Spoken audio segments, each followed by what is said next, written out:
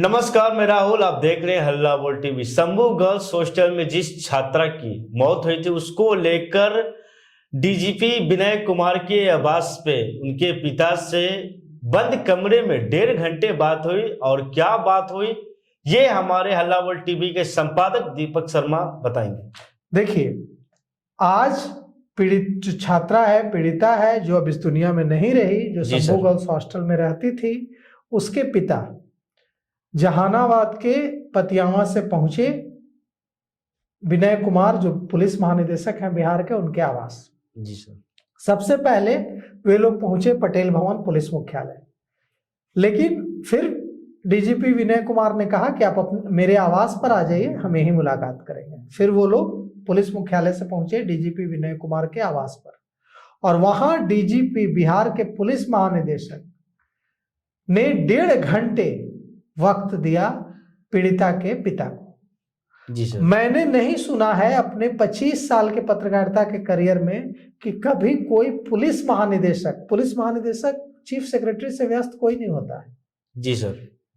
Chief secretary और police महानिदेशक के पास कितने सारे काम होते हैं, लेकिन बिहार के पुलिस महानिदेशक विनय कुमार ने 1.5 घंटे का वक्त दिया। मुझे लगता है 1 घंटे 55 मिनट या 50 मिनट के आसपास, मतलब लगभग 2 घंटे का वक्त दिया। आगे सर क्या बात हुआ होगा इस बंद कमरे में? और देखिए, जब वहां से निकले जी सर पीड़िता के पिता, तो मैं भी वहां था। मैंने उनसे पूछा कि आपकी डीजीपी साहब से क्या बात हुई, आप लोगों ने 1.5 घंटे बात की है, क्या 1.5 घंटे बात हुई? मैं भी 1.5 घंटे इंतजार करता रहा वहां। 1.5 घंटे तक मैं लगभग 1 घंटे 40 मिनट या 50 मिनट में वहां बैठा रहा। जी सर। मुझे लग रहा था कि क्या बात हो रही है जो इतनी लंबी बातचीत चल रही है। बहुत तो बहुत 10 मिनट बात हो सकती है, 15 मिनट बात हो सकती है। मैं वहां 1 घंटे 40 मिनट, 1 घंटे 45 मिनट के आसपास बैठा रहा। और जब पिता निकले तो उन्होंने उनके साथ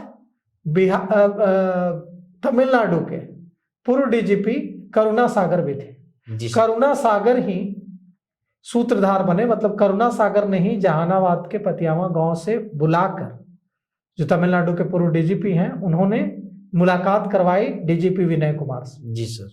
उन्होंने ही मिलवाया और कहा कि ये दुख में है, परेशानी में है, और बिहार के पुलिस महानिदेशक अपनी जो कमजोर वर्ग है, जो जिसे लगता है कि जिसे दबाया जा रहा है, चाहे वो किसी भी जाति का हो, किसी भी धर्म का हो, उसके साथ खड़े रहते हैं।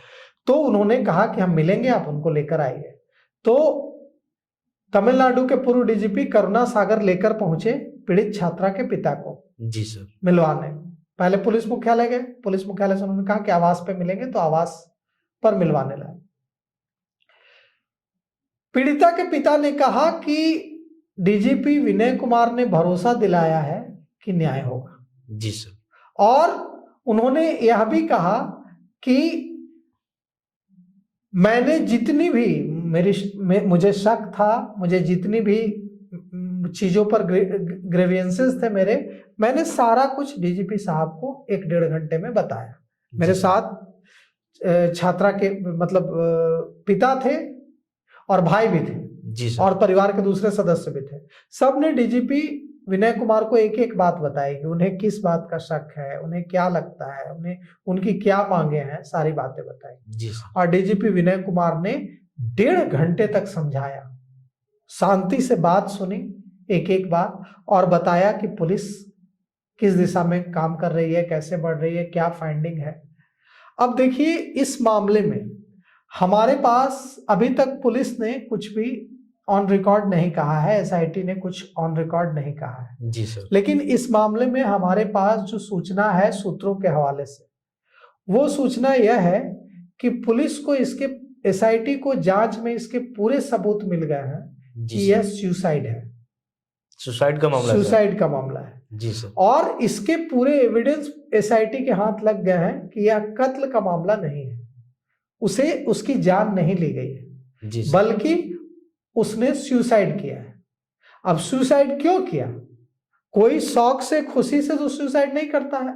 मैं क्यों नहीं कर ले रहा हूं सुसाइड, आप क्यों नहीं कर ले रहे हैं सुसाइड? जी सर। सुसाइड तो कोई तब करता है जब उसकी आंखों के आगे अंधेरा छा जाता है, उसे लगता है कि अब कोई रास्ता नहीं है, कोई उसको उम्मीद की लौ नहीं दिखती है, तब कोई सुसाइड करता है। जी सर। अब सिर्फ उस कारण का पता लगाना बाकी है।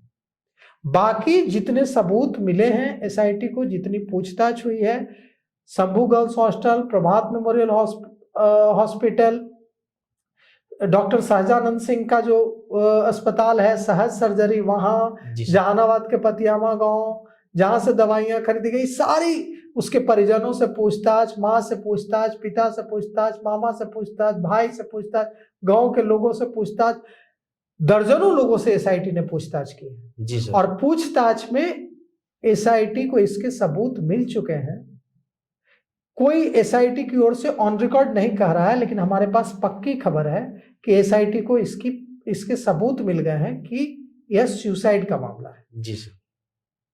यह हत्या का मामला नहीं है, यह कत्ल का मामला नहीं है। लेकिन सुसाइड क्यों हुआ, क्यों ऐसी नौबत आ गई, क्यों डिप्रेशन हुआ कि मौत को गले लगा लेना पड़ा 18 साल से भी कम उम्र की एक लड़की को, इसका पता अभी भी लगा रही है। और इसकी प्रारंभिक रिपोर्ट बनाकर एसआईटी ने रिपोर्ट सौंप दी है बिहार के पुलिस महानिदेशक को, और यह बता दिया है कि यह मामला सुसाइड का है। सर ये रिपोर्ट कब तक आ जाएगी?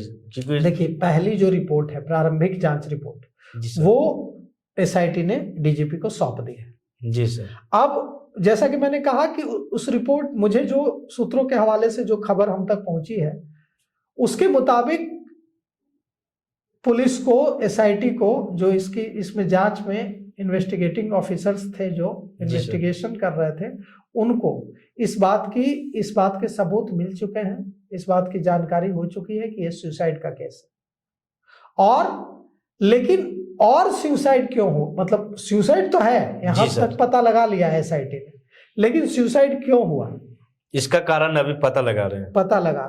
और दूसरा, अभी तक पुलिस को अभी तक जो जांच हुई है उसमें एसआईटी को इसके कोई सबूत नहीं मिले हैं कि छात्रा के साथ पटना में जहानाबाद से ट्रेन पकड़ कर आई छात्रा पटना। जी सर। पटना स्टेशन से वो हॉस्टल आती है, हॉस्टल में रुकती है, खाना खाती है, जी सर। सुबह नहीं उठती है और बेहोश मिलती है, और फिर उसे अस्पताल ले जाया जाता है। पटना में उसके साथ गलत हुआ है, किसी तरह का गलत काम हुआ, इसके कोई सबूत नहीं मिले एसआईटी को अब तक की जांच। और जांच इसीलिए बार बार जहानाबाद में शिफ्ट हो जा रही है, इसीलिए उस इलाके में शिफ्ट हो जा रही है। वहां कोई गलत हुआ, इसके भी सबूत नहीं मिले। जी सर। अब पूरी नजर कहां टिकी हुई है? पूरी नजर वहां टिकी हुई है जहां से हम और आप अभी आ रहे हैं। जी सर। कहां से आ रहे हैं हम और आप? हम और आप आ रहे हैं प्रभात मेमोरियल हॉस्पिटल से। जी सर। अभी जो एम्स के मेडिकल बोर्ड के चेयरमैन है, जी सर, एम्स में जो मेडिकल बोर्ड बना है उसके चेयरमैन है एम्स के doctor Vinay Kumar. Doctor Vinay Kumar AIIMS का जो फॉरेंसिक डिपार्टमेंट है उसके हेड है। जी सर। उन्होंने अभी शंभू गर्ल्स हॉस्टल का निरीक्षण किया, मुआयना किया, और शंभू गर्ल्स हॉस्टल जो पीओ है, जहां जो घटना स्थल है, प्लेस ऑफ अकरेंस है, और प्रभात मेमोरियल हॉस्पिटल का भी मुआयना किया। मतलब जो टीम है, जी सर, एम्स की मेडिकल बोर्ड जो बना है कई डॉक्टर्स का, उसके जो चेयरमैन है, जो फॉरेंसिक डिपार्टमेंट के हेड है डॉक्टर विनय कुमार, बहुत सीनियर डॉक्टर हैं। डॉक्टर विनय कुमार पहुंचते हैं कहाँ? Shambhu girls hostel. उसके बाद प्रभात में वहां घंटों वो जांच करते हैं। उसके बाद वे कहां पहुंचते हैं? प्रभात मेमोरियल हॉस्पिटल। जी सर। और प्रभात मेमोरियल हॉस्पिटल में वो कितने देर जांच करते हैं? आप भी थे वहां, बताइए। लगभग सर 1-1.5 घंटे की जांच लगे सर। 1-1.5 घंटे जांच होती है प्रभात मेमोरियल हॉस्पिटल में भी। और सर। उसके बाद मैंने उनसे सवाल किए बीच सड़क पर, कई सारे सवाल किए। जी सर। और उन्होंने बहुत ही अच्छे तरीके से सारे सवालों का जवाब भी, हल्ला बोल टीवी के सवालों का जवाब भी दिया।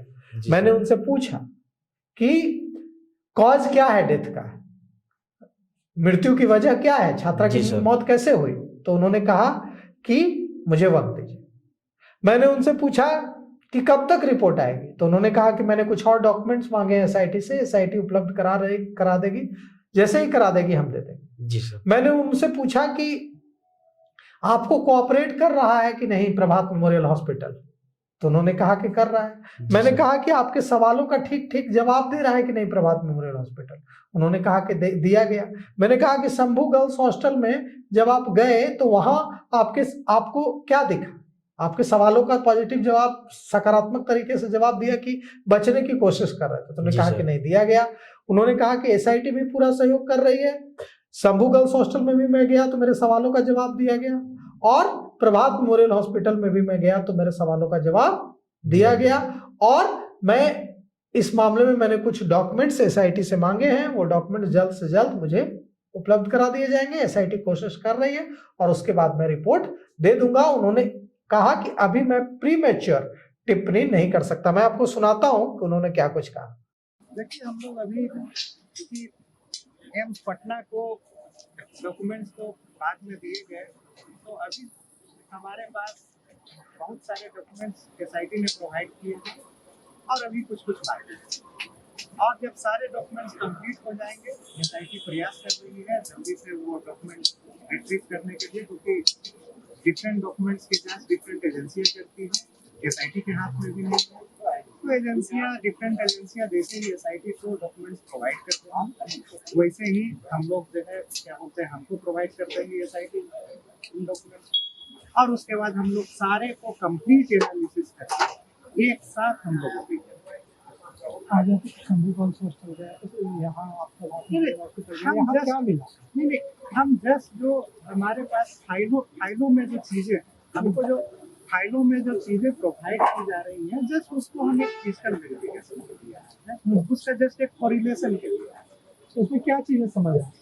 देखिए, हम आगे नहीं, अभी हम कोई भी प्रीमेच्योर स्टेटमेंट नहीं देंगे। जो भी स्टेटमेंट देंगे एक साथ सारे कड़ी को जोड़ देंगे।